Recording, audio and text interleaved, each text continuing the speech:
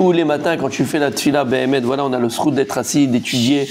Et tu sens que c'est vide quand il n'y a pas de Torah, 15 jours, 10 jours, 3 semaines. C'était terrible. Ah, t'as la langue qui est sèche, c'est horrible.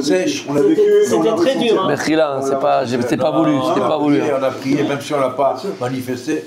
Mechila, je n'ai pas téléphoné. C'est pas grave, mon je pouvais même pas parler de toute façon, je pouvais pas parler. C'est honteux, mais je voulais pas parler de toute façon. Je vais dire, c'est pas grave. Je rigole.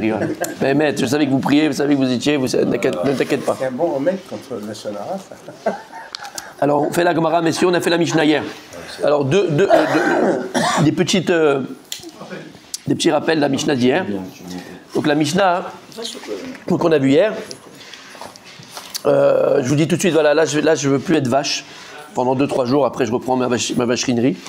Mais la Chazara, c'est le Gardas Bezrat Hashem demain. Ouais, Bezrat Hashem. Et là, on va faire beaucoup de Gemara, donc voilà. Juste pour rappeler, la Mishnah, elle va donc nous parler du Korban qu'on a amené à Yom Tov. Voilà, pourquoi Yom Tov? Quel Yom Tov? Quel Korban? La Gemara va en parler. Laissons parler les anciens. Juste voilà, la Gemara doit être de savoir, est-ce que Béhémet, on faisait la Smicha ou pas pendant Yom Tov? Oui. On a vu des zougot, et la Mishnah elle va amener des zougot, donc des chavrutot. En fait, c'est des chavrutot qui étaient en marloquette de savoir est-ce qu'on fait la smicha ou pas. Hier, j'avais dit, je me suis trompé, que c'était l'époque du premier Beit Hamikdash. C'est l'époque du deuxième Beit Hamikdash, mais au début. D'accord? Et jusqu'après, de génération en génération. Donc c'est l'époque du deuxième Beit Hamikdash. Et on a vu, à la fin, que les premiers, c'était des Nessim. Ceux qu'on a parlé en premier, c'était des Nessim. Et après c'était des Avbedin. Ok, et on avait expliqué, on avait dit ça hier, juste pour que voilà, on l'ait bien dans la tête. À l'époque, au Beit Hamikdash, il y avait le Sanhedrin. Il y avait deux sortes de Sanhedrin, Sanhedrin Gedola, 71 comme on a dit hier.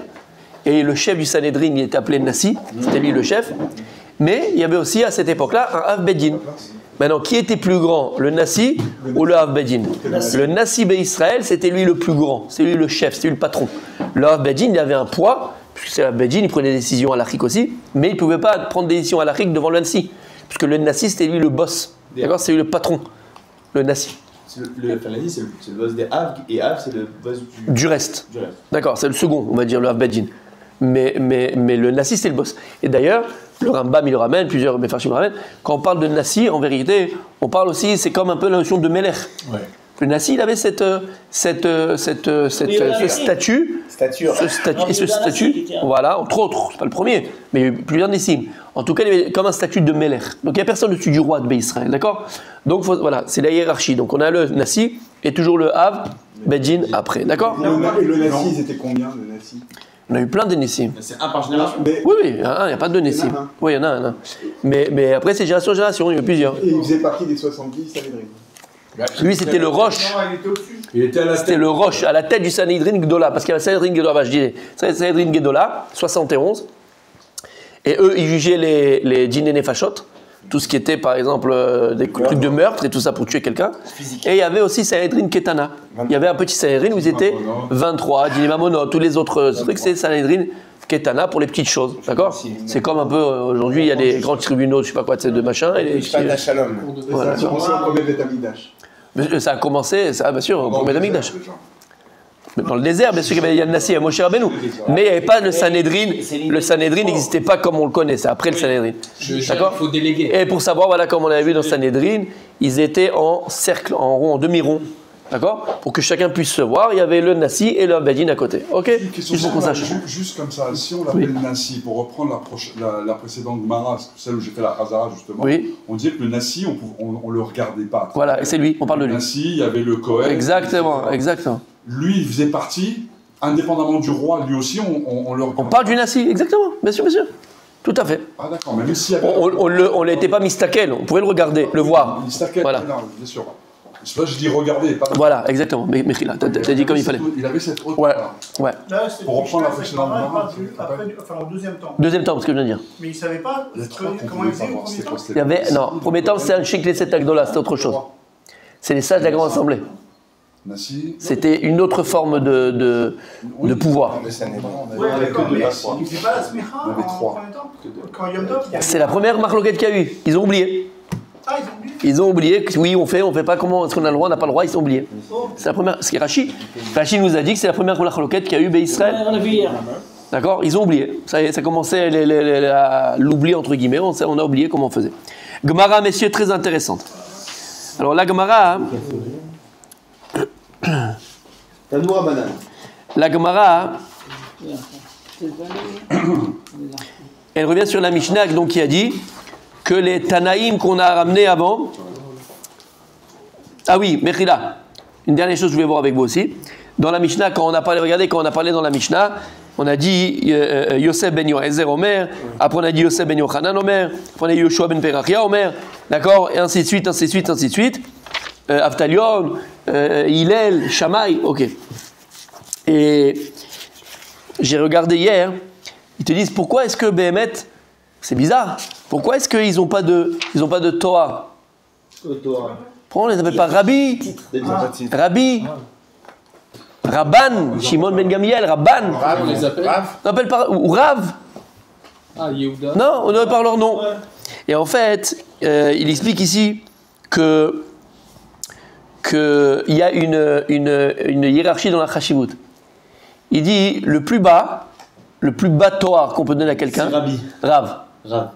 Après, le Torah un peu plus élevé, c'est Rabbi. Après, le Torah un peu plus grand encore, c'est Rabban. Rabban, tu vois. D'accord? Et après, le plus haut, c'est le nom de la personne. C'est bizarre. Il a Tov Shem. pas besoin de titre. Pas besoin de titre, son nom c'est son titre. Il n'a pas besoin de titre. Quand tu dis Hillel, Connu, il a pas besoin de c'est fini. Ni besoin de Rabbi, ni besoin... Parce qu'en vérité, qu'est-ce que tu fais, Mechila, juste je termine. Qu'est-ce que tu fais en vérité quand tu dis Rab, ou Rabbi, ou Rabban? de valoriser. Qu'est-ce que tu fais? Non, limite, on le met à sa place. Qu'est-ce que tu fais? Tu décores son nom. Oui, mais quand tu dis Rav, Tu le décores. c'est simplement s'il y en avait qui étaient à Jérusalem ou à Bagdad. Ça aussi, c'est une explication par rapport à avant, Mechoulé. Là, on te parle par rapport à la hiérarchie. Si. Pourquoi on les a pas appelés par un titre? Avtalion, Shmaya, c'est leur nom.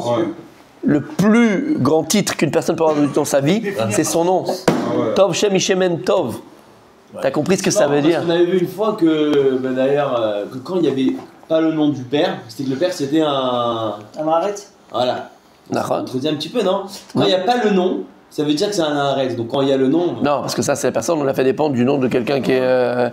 Comme on va dans la Gemara, on va l'avoir ici dans la Gemara, le nom d'une personne. Ah non, c'est dans Choulin quand je suis. C'est dans une Gemara que je fais, Mechila. D'accord? Le nom d'une personne, qu'on n'a pas donné le nom de son père parce que c'était un goy. On va pas donner le nom du goy ou le nom de quelqu'un qui était tordu, le nom de machin. En général. Rabbi Akiva. Alors, qu'est-ce qu'il a avec Rabbi Akiva. D'accord, il n'était pas à ce niveau-là.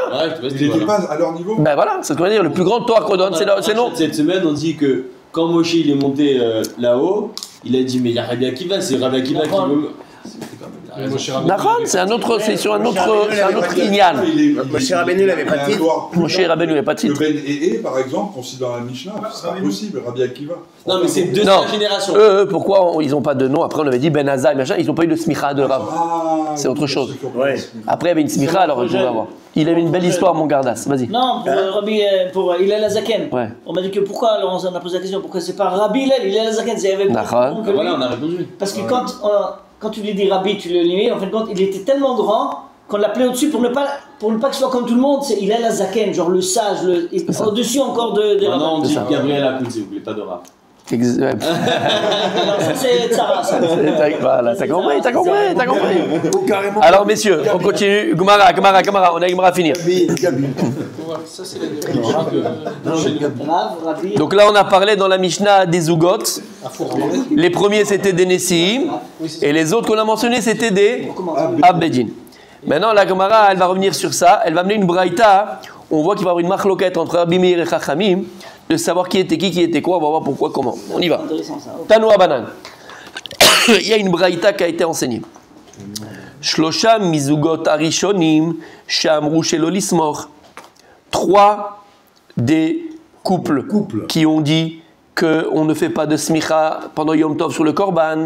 C'est qui? Yossi ben Yoézer, Yoshua ben Perachia, Yehuda ben Tabai. Et après, il va nous faire dans le tableau un petit récapitulatif, mon Rabbi Raphaël, mais on le devait d'abord ici. Donc il dit comme ça. 3 zougot qui ont dit que chez l'olismor, ou shnai mizougot acharonim shamu lismor, et 2 des couples qui ont dit qu'il faut faire la Smicha Panayotov, qui sont Shmaya ve Hillel, Ayu Nessim. Eux, c'était des Nassis d'Israël. Ou Shnaim Lahem. Et les deux, donc Tanaïm, qui ont été mentionnés, qui sont en marloquette avec eux, Ayu Avot Beddin. C'était des Av Beddin. Et on a dit qu'il y en avait 3, là, il y en a 4. Quoi, il y en a 4? Alors, on a dit que les 2 premiers c'était des Nessim, et ensuite il y avait un autre couple, 2 autres couples qui étaient des. 3, c'était les 3 premiers Nessim. Question, il y avait une marloquette entre un Nassi et un Avbedin en fin de compte. Attends. Ah, mon gars, attends. Pour l'instant, je ne sais pas. D'accord? Il y a fait. On va voir. Il y a fait, attends. Combien de pères? On demande à Francis. Mon père, il y en a un dans le ciel. Mon père. Il y a combien de couples en tout? 5. Ben, viens, on les compte. Il y a 3 et 2, 5. 5, exactement. D'accord. Exactement. Exactement. Par contre, on donne que le nom d'un seul un couple, il y en a 2. Là, on donne 3 personnes au lieu d'en donner 6. On s'en fout. Mais en tout, il y a 10 noms normalement, parce qu'il y a 5 couples. Ouais, c'est ça. On te dit qui était Nassi, qui était Abedin. On l'a refait. Ouais. Et qui était Nassi, qui était Abedin? Sur le rabbin. Monsieur et madame. Non, couple, ça veut dire qu'il y a couple qui sont en marloquette, quoi. Une paire, voilà, pas un couple, c'est une paire. Oui, c'est une personne. Tu m'as dit couple? Non. Parce que l'autre, il est contre. Voilà. L'autre, il est contre lui. On parle de 3. Voilà, c'est exactement. Voilà, c'est exactement ça. Donc, messieurs, Tanoura Banan. Shlosha mizigot, il faut pas partir. Tanoura Banan. Shlosha mizigot rishonim sham rishon lismor. Donc, 3 des premiers couples qui ont dit qu'on ne fait pas de smicha, c'est encore une fois Yossi ben Yoézer, Yushua ben Maria, Yehuda ben Tabai, ou Shnaim Mizugad Achronot, Shamou Lismor, mais deux des couples qui ont dit que oui, il faut faire smicha Shmaya ve Hillel, Ayu Nessim. Eux, c'était tous des Nessim. Ou Shnaim Lahem, et les 2 qui restent, qui ont parlé, Avot Beddin. Eux, c'était des Abedin. Divrei Rabbi Meir. Ça, c'est selon Rabbi Meir. Et donc, selon les paroles de Rabbi Meir, c'est exactement comme la Mishnah. Rabbi Meir, il va exactement comme la Mishnah, d'accord? Parce que selon ça, Yehuda ben Tabai, Shimon ben Shatar, donc Yehuda ben Tabai, il était quoi?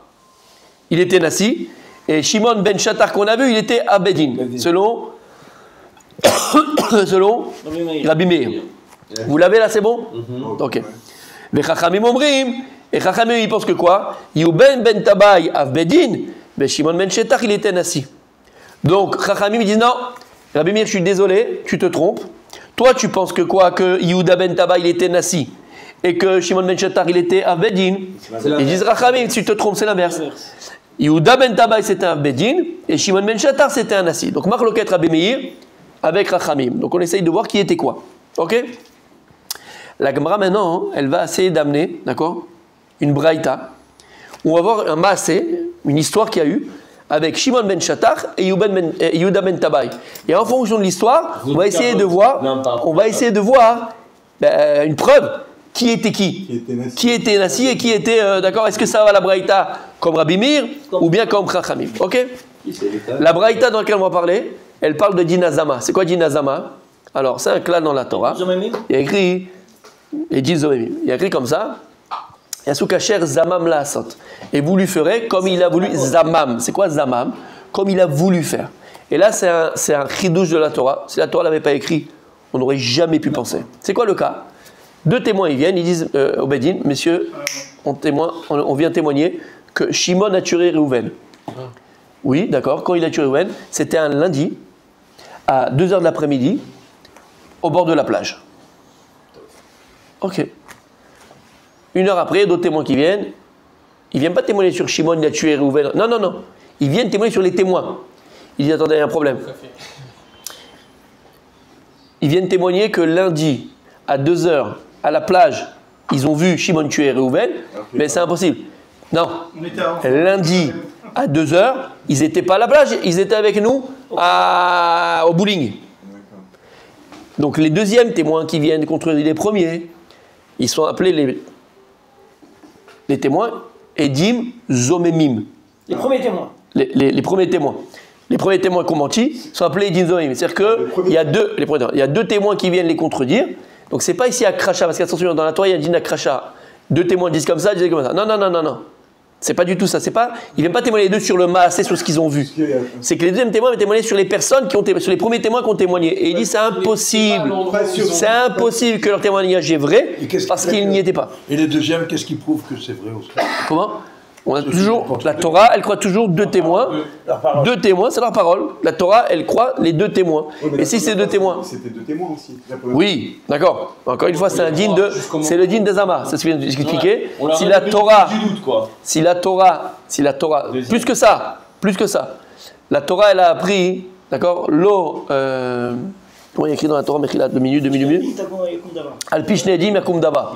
Donc il y a écrit comme ça, c'est un clal, que Al-Pishne Edim Yakum Davar, à partir de deux témoignages, on juge. Deux témoins. Donc à partir du moment où il y a deux témoins qui viennent témoigner que ceux-là, c'est des roublards, d'accord? On croit les témoins qui viennent parler. Donc on fait quoi? Dinazama. C'est quoi Dinazama? Et ça, c'est un chidouche de la Torah. Tu vas dire ça aux gens, ils disent, mais c'est fou. Puisque eux, les premiers, ont voulu, en vérité, en témoignant sur que Shimon a tué Réhouven, qu'est-ce que le Bédine aurait fait? Ils auraient tué Shimon.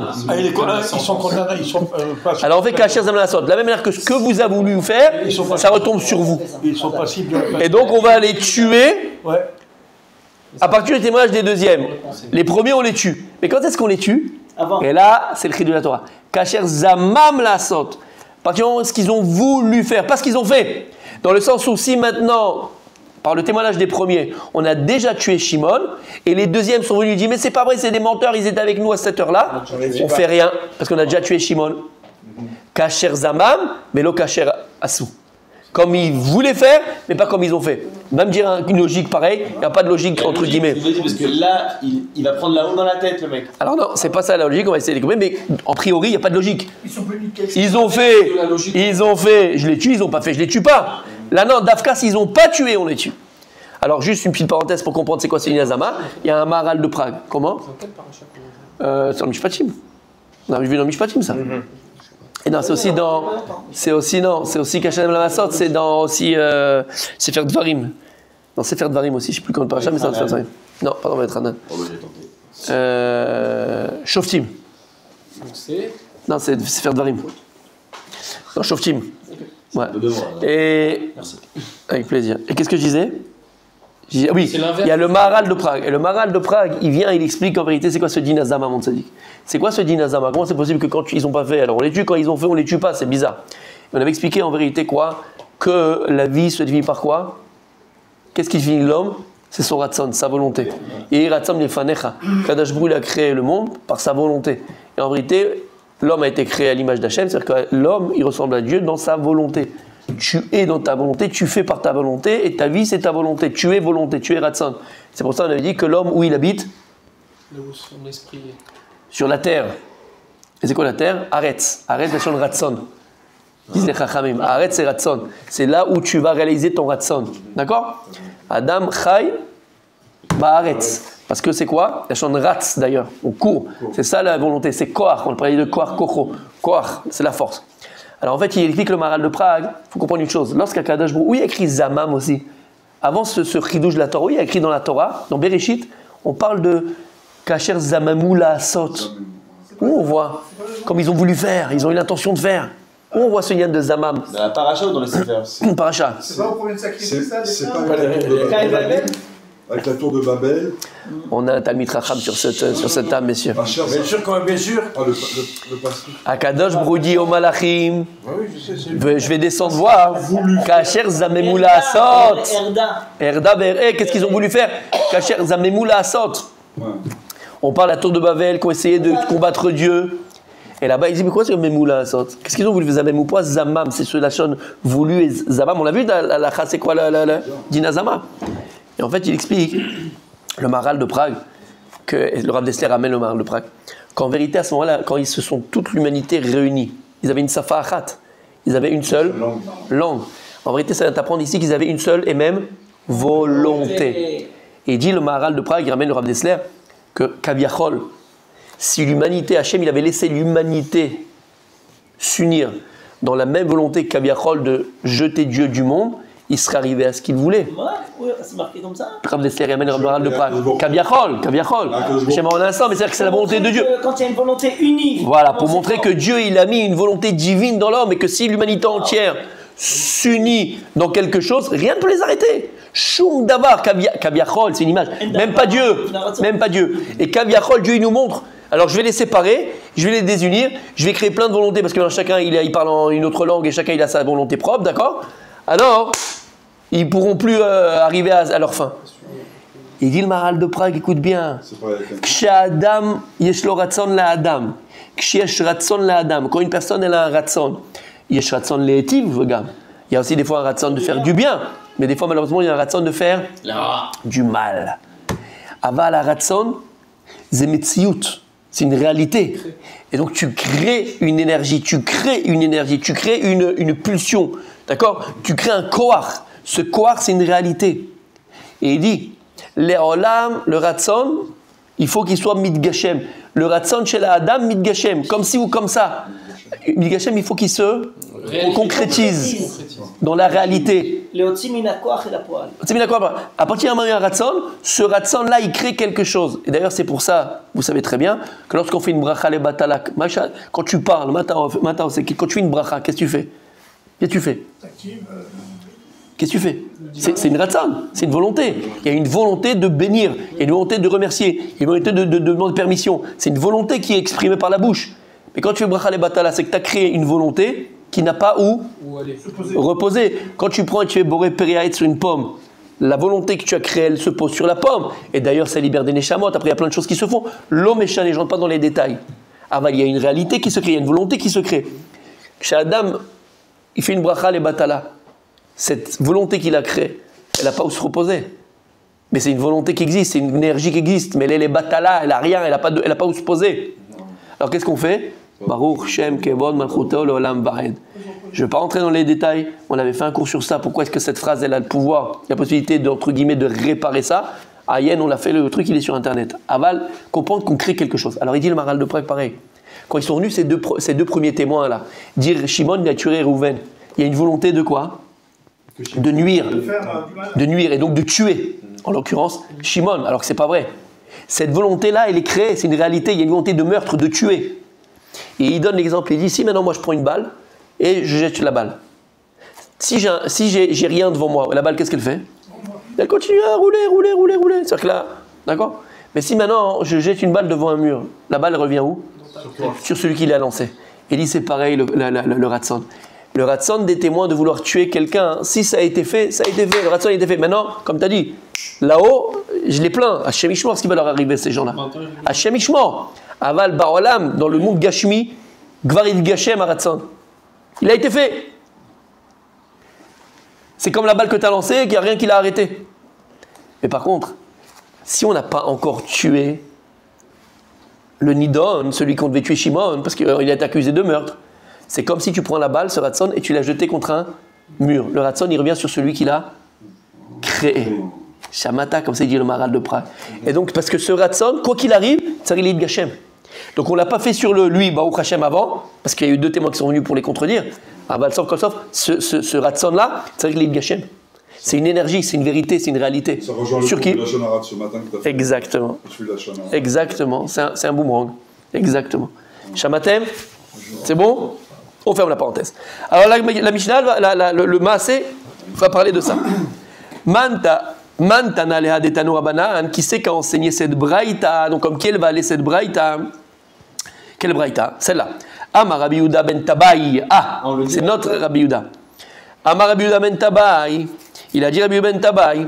Er'e benechama imlo arakti et zomem. C'est quoi Er'e benechama?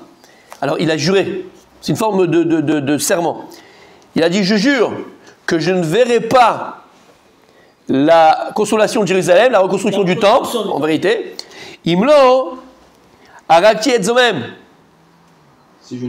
Si je n'ai pas tué déjà un et zomem. Ce que je viens d'expliquer, d'accord, un et zomem.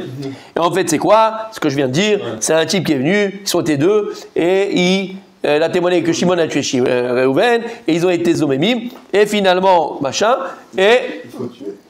Ok. Alors qu'est-ce qu'il a fait lui, Rabbi Yehuda ben Tabai? Rabbi Yehuda il dit en fait, moi j'ai déjà tué un Edzomem, d'accord? Et à Ninishba, si j'ai pas fait ça, voilà, moi j'ai fait ce djinn là. Et qu'est-ce qu'il a fait? Il y avait les deux témoins qui sont venus dire que Shimon a tué Reuven. Deux autres témoins sont venus, ils n'ont pas témoigné sur les deux qui n'étaient pas là à ce moment-là. D'accord? Que sur un des deux témoins, ils se sont dit, ah, ok, d'accord, toi je sais pas, mais lui en tout cas, impossible qu'il peut témoigner, il était avec nous au bowling ce même jour, à cette même heure-là. Donc qu'est-ce qu'il a fait Rabbi Yehuda ben Tabai? Il a dit, Edim Zomemim, toi je te prends et je te tue. Et il a tué un témoin. Un des deux témoins, mais pas les deux. Et on va voir, c'est quoi le problème? Je vous le dis, on va voir, parce qu'il y a écrit dans la Torah, Kacher Zamemu la Asot, comme ils ont voulu faire. Et la Gemara dans Mased Makot, vous l'avez déjà fait, elle dit pour faire Edim Zomemim, tu ne peux pas dire s'il y en a un des deux seulement qui a été Zomem, alors on le tue. Il faut que les deux soient contredits pour qu'il y ait un din de Edim Zomemim. Ah, ça marche pas. S'il n'y en a qu'un, on fait rien. Ça marche pas. Ça marche. Mais il y a quand même le reste. On arrête le din par rapport à l'autre, mais en tout cas, on ne peut pas faire le din de Edim Zomemim. On le tue pas. C'est bloqué. Il y a un blocage ici. Mais on ne le tue pas. Il faut que les deux soient Zomemim. C'est une paire. S'il y en a un qui a monté une histoire, c'est que l'autre, on dit les deux pères aussi. Mais ça marche pas. On peut pas savoir. On peut pas savoir. Peut-être que lui vraiment il l'a vu. Il n'y a pas de Edim Zomem. Il n'y a que Edim Zomemim. Edim Zomemim, c'est deux. Zéou. Bah, comme dans la Torah il est marqué le fiche Edim. Donc c'est pour ça que c'est Shnei Edim. Là c'est parce que c'est Shnei Edim. Là c'est parce qu'en Kacher Zamou Asot. Donc c'est quoi? C'est deux. D'accord? C'est au pluriel. Donc s'il y en a un qui a menti, on aurait pu comprendre que les deux sont des mèches. Mais il y a un seulement qui a été Zomem, l'autre ils n'ont pas dit sur lui. Pour qu'il y ait un din Zomemim, il faut qu'il y ait deux qui témoignent sur la personne, dire que tu étais avec nous ce jour-là. C'est pas en l'occurrence, il n'y a pas eu ça. Donc, nous on peut peut-être dire, bon peut-être celui-là si c'est un truand, mais on ne peut pas savoir. En tout cas, il n'y a pas de din Zomemim. D'accord? Donc lui, qu'est-ce qu'il a fait Rabbi Ben Tabai? Il a tué un. Mais en vérité, on va voir que c'est bizarre parce qu'on ne fait pas une chose pareille. Ok. Alors pourquoi il a fait ça? Leotsi miliban shel zdukin shayu omrim she'en edim zomim neragim ad she'era ganidon. Pourquoi il a fait ça? Parce qu'il y avait à l'époque une secte qui s'appelait les Tzdukin. Et ces Tzdukin, c'était des juifs qui croyaient à la Torah orale, écrite et pas à la Torah orale. Et eux, ils disaient l'inverse. Quand est-ce qu'on fait le djinn de Edim Zomemim? Uniquement si par le témoignage des premiers, on a tué Shimon. Comme on a dit, c'est plus logique. Mais si maintenant on n'a pas tué Shimon et on les tue pas. Mais ça, c'est pas comme ça que nous dit la Torah orale, puisqu'on a fait une dracha dans le Passouk. On a dit uniquement si on n'a pas tué l'accusé, qu'on tue les témoins. Alors il a fait ça pourquoi Rabbi Yehuda ben Tabai? Pour montrer à tout le monde et enlever, d'accord? Parce qu'il y avait, attention, à cette époque, c'était des sectes très puissantes et beaucoup de juifs, ils étaient attirés par ces sectes. Donc pour montrer, faire l'exemple, il a voulu montrer, voilà, d'accord? Edim Zomemim, c'est d'Afka qu'on n'a pas encore tué le Nidon, et il a tué donc un, même si ce n'était pas les deux qui étaient accusés, d'accord? Zomemim. Vous avez compris le cas? Oui. Ok. La Gemara, elle continue. Amarlo Shimon ben Shattach. Rabbi Shimon ben Shattach, il a entendu cette histoire, ce dîne qu'il a fait. Er'e benechama imlo shafach dadam naki. Il a juré, il a dit, je jure que je n'aurai pas le mérite de voir la révolution du temple, si ce n'est que ce que je dis que c'est vrai, et t'as tué quelqu'un de propre, entre guillemets, de naki, dam naki. T'as tué pour rien cette personne-là. Pourquoi tu as tué seulement une personne? Il a dit ça à qui? À Rabbi Yehuda ben Tabai. Share amrou chachamim, ils ont dit les chachamim, en edim zomemim ne'eragin ashiozmu shnehem. Aré chachamim dans Makod Afé Amoudbet, ils ont dit qu'on ne fait le din de edim zomemim uniquement si les deux ils ont été zomemim, si les deux témoins, les deux premiers témoins, ils ont été entre guillemets contredits. Et là il y avait qu'un. T'as tué pour rien ce type-là. Tu connais pas la halakha. Ve'en loki nachos mushnehem. Ou si par exemple, sur Khayab Malkout, quand est-ce qu'on faisait Malkout? C'est Malkout, c'est on le frappait avec le fouet. Quand c'est le Malkout, première page de Gomara de Makot, vas-y. Quand est-ce qu'on faisait Malkout? Quand est-ce qu'on pouvait frapper des Dim Zomemim? Agma se pose la question. Non? Quand on pouvait pas leur faire Kacher Zamam Mamash. Par exemple, la camarade dit, deux témoins viennent et disent, celui-là, c'est pas un Kohen. C'est pas un Kohen. Parce que son père, il était halal et donc machin et tout, c'est pas un Kohen. Bien, deux Dim Zomemim, ils disent, vous êtes malade ou quoi? Nous, on était, parce qu'eux, ils disent, on était là, on a vu qu'il s'est marié. Ils disent, non, on était le mariage de ce type-là, et vous étiez pas là, Bodata, il est d'accord, ils sont Zomemim. pas lui faire. On fait Kasher Zeman Maasot, on va les rendre quoi? Halal. Ils sont Israël. On peut pas rendre Halal à Israël. Alors qu'est-ce qu'on faisait? On donnait Malkout. Maintenant, quand est-ce qu'on donnait le Malkout? Si les deux étaient Zomemim, Ve'en Meshalmin Mamon, Achuz Mushneem. Ou bien, il y a deux éléments ils ont dit, ouais, Reuven, il a prêté, on était là ce jour-là, 200 000 shekels à Shimon. Il dit, mais comment vous étiez là? Vous étiez avec nous ce jour-là. Donc, ils voulaient faire perdre 200 000 shekels. Ils doivent payer. Quand est-ce qu'on fait le dîn? Quand est-ce? Il faut les deux, ils sont Zomemim. Alors, de là, qu'est-ce qu'on voit? Que Shimon ben Shatar, il a remis en place Rabbi Yehuda ben Tabai. Tu t'es trompé? Miyad kibel alav Yehuda ben Tabai. De suite, quand il a entendu les paroles de Rabbi Shimon ben Shatar, il lui a dit, je prends sur moi, She'eno more alacha el abivne Shimon ben Shatar. À partir d'aujourd'hui, je ne dirai une halakha uniquement devant Shimon. Si je suis devant Shimon ben Shatar, et lui pourra comme ça, si je me trompe, me corriger. Wow. Mais ça veut pas dire que l'un est de l'autre. Attends. La Gemara, elle va venir maintenant ici, écoutez bien.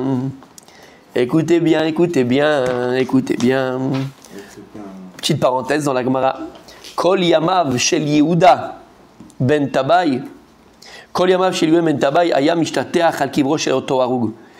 Jusqu'à la fin de sa vie, Yehuda ben Tabai, il allait sur le kever de celui qu'il avait tué, parce qu'il avait tué alors qu'il ne devait pas le tuer, puisqu'il était tout seul. Et il lui demandait pardon sur son kever. Il lui demandait pardon sur le kever. De là, messieurs, on apprend que si Khadesham on a fait du mal à quelqu'un de son vivant, la personne elle est nifteret, il faut aller sur son kever et demander mechila. Avec des témoins. Il faut aller 10 personnes et il faut demander mechila à la personne. Ah, il a fait une erreur, il n'aurait pas dû le tuer, c'est un meurtre finalement. Mais c'était un pourri quand même celui qui est mort. Attends. D'accord, c'est deux choses différentes. Tu peux pas faire un djinn, tu confonds ton... le regesh et le djinn. Il y a un djinn, il s'est planté dans le djinn, il a tué quelqu'un qui ne devait pas tuer. Donc il a été demandé pardon, il aurait pu faire des mitzvot, il aurait pu faire tchouva, ni là ce qu'il aurait pu faire. D'accord? De là. Attends, on ne sait pas encore. En tout cas, toute sa vie, il est parti sur le kever demander pardon. De là, on apprend que si maintenant on a fait du mal à quelqu'un de son vivant chez l'Oneda, il faut aller sur son kever avec 10 personnes et demander pardon. Par contre, l'afkamina, c'est que si maintenant, après la mort d'une personne, on a fait du mal, on a parlé mal d'une personne, on peut demander mechila, mais là on n'a pas besoin, ils disent des chachamim, d'aller sur son kever. C'est uniquement si on a fait du mal à quelqu'un, si on a fait du mal à quelqu'un de son vivant. Oui. Là, on se doit, quand si la personne elle meurt, d'aller sur son kever et demander pardon. Mais si on fait du mal à quelqu'un alors qu'il est déjà mort, on parle mal de lui, on dit des trucs sur lui et tout ça, on a fait du mal à cette personne-là de ça, mais qu'il était déjà mort, il dit on n'a pas besoin d'aller sur son kever et demander mechila. Tu demandes mechila, mais de là où tu es, à ta maison, tu demandes mechila de là où tu es. C'est facile, hein. La tchouva, ça existe, donc on peut demander mechila. Ouais. Et donc il est parti toute sa vie sur le kever et il a pleuré là-bas et demandé pardon. Et tellement on entendait, il pleurait sur le kever Yehuda ben Tabai pour demander pardon, que le peuple entendait une voix. Et le peuple qui était là-bas, les gens qui étaient là-bas, ils pensaient que c'était la voix du mort. Et que c'était le mort qui criait, qui pleurait. Alors ici, ils disent les Mefarshim, de quoi on parle? En réalité, c'était pendant la nuit, pas pendant le jour. Et Rabbi Shimon ben Shatar, il allait la nuit là-bas, il pleurait sur le kever. Et les gens qui passaient là-bas, ils ne pouvaient pas s'imaginer qu'il était là-bas la nuit, Yehuda ben Tabai. Ils entendaient des pleurs et donc ils pensaient que c'était le mort. Il a posé une question, David. Oui. Et je comprends pas, un Tanaïm comme ça, il ne peut pas le refaire revivre. C'est pas Pibon la chante, c'est pas Merlin le chanteur. Vous avez dit avant que les Tanaïm... Ils avaient la capacité, mais on n'a pas le droit d'utiliser ces choses-là. Ils avaient la capacité de le faire, mais ils ne l'utilisaient pas. Très bonne question, attention. D'accord. Et d'ailleurs, Abidan, on va en parler, Ezrat Hashem, parce qu'on arrive à Purim et des Chidushim Atsumim. Cette année, Hashem, il nous a donné beaucoup de cadeaux, comme tous les ans, la vérité, comme tout le temps. Mais mamash, cadeau. On connaît tous l'histoire dans la Gemara avec Rabbi Zera et je ne sais plus qui c'était l'autre, Abba ou Abba, je ne sais plus qui c'était, d'accord, où ils ont commencé à boire pendant Purim et de saoul. Hein? Ils étaient tellement sous, qu'est-ce qu'il a fait? Il l'a tué. Il l'a tué. Et la Gemara a dit quand il a cubé son vin, il a vu qu'il avait tué. Qu'est-ce qu'il a fait? Il a refait revivre. Donc, il a fait, d'accord. Mais il n'utilise pas. C'est pas. Non, c'est une très bonne question. Voilà, c'est pas stam, d'accord. C'est pas stam. Maintenant, il faut comprendre. On avait fait un cours sur ça. Je ne sais pas si vous vous rappelez que quand on parle qu'il avait tué, on ne parle pas de tuer physiquement. Mais en fait, ils étaient dans des olamotes et à un moment donné, ils étaient dans un olam qui n'était pas le sien. Donc, il avait enseigné quelque chose qu'il devait pas enseigner à son Talmud, qui n'était pas prêt à recevoir Rachmal et toutes ces choses-là. Et il a vu qu'il était responsable parce qu'il n'était pas en fait capable de recevoir. Il a demandé pardon. Et donc en ça, il l'a fait revivre. On avait vu ça, tu te rappelles pas? C'était magnifique. Il avait fait c'était un Shabbat. C'était un Shabbat. C'était un Shabbat. C'était magnifique. Tu te rappelles? C'est quelque chose qui était tellement. Voilà. Il est déjà parti. Parti, il pouvait plus. Ben, les 4 qui sont dans le Pardès, pareil, il part libre. Il pouvait plus supporter. Ok. Avec nous, Arabe. De mon côté, ça risque pas. Vous pouvez, moi, ça risque pas. Amar Lahem, il leur a dit, Kol Hud Tedou, chez les Machar Umet, Ven Kolonishma. Alors, Yehuda Ben Taba, il leur a dit, non, sachez non, que c'est moi qui pleure. Et la preuve, c'est que quand, il parlait de lui, Yehuda Ben Taba, et quand je quitterai ce monde, vous n'entendrez plus de voix. Ça sera la preuve qu'en fait, c'est moi qui pleure, et c'est pas le mort. Et c'est pas le mort qui pleure. Ok? Ok. La Gemara, elle termine. Amarle Rabacha Bere de Rabba le Ravashi. Il a dit Rabacha Bere de Ravashi. C'est pas une preuve ce qu'il a dit à Yehuda Ben Tabai. Qu'est-ce qu'il a dit? Il a dit, vous croyez que c'est le mort qui pleure? Bon, vous sachez que quand je quitterai ce monde, il a dit, vous verrez la preuve que c'était moi parce qu'il vous entendrez plus rien. Il a dit, c'est pas une preuve. Lama. Vedilma Piusé, païsé. Ah oui. Peut-être que Behemet, ce que ils entendaient les gens, c'était Behemet, c'était la voix du mort. Ils vont se dire, les gens comme ça, mais c'est la voix du mort. Mais puisque Rabbi Yehuda Ben Taba, il est mort, ça a calmé le mort. C'est pour ça qu'il arrête de pleurer. Ben là, maintenant aussi, il est mort, alors maintenant je suis calme. Oh, Bedina Tivare. Ou bien, puisque Rabbi Yehuda Ben Taba, il est mort, il est arrivé dans le Alam Emet, alors le mort qu'il a tué pour rien, il l'a mis au Bedin Shel Maala, et maintenant il va se faire juger, et donc c'est là qu'il ne crie plus. Donc ici, juste une parenthèse, la Gemara dit que ce qu'il a dit Yehuda Ben Tabai aux gens, vous verrez que c'était ma voix, moi, c'était pas la voix du mort, parce que quand je partirai, vous verrez qu'il n'y a plus de voix. C'est pas une preuve ce que tu dis, parce que les gens pourront toujours dire, ben, c'est normal qu'on n'entend plus rien, pourquoi? Soit parce que tu es jugé là-haut, soit parce que comme tu es mort, le type il est content, et maintenant ça y est, il est content, ça y est, alors c'est fini. Alors on va arrêter là parce qu'ils sont partis et je veux pas qu'ils soient pas là parce que c'est dommage. D'accord? Non, on va pas faire la Chazara. On va pas faire la Chazara parce qu'on n'a pas fini la preuve.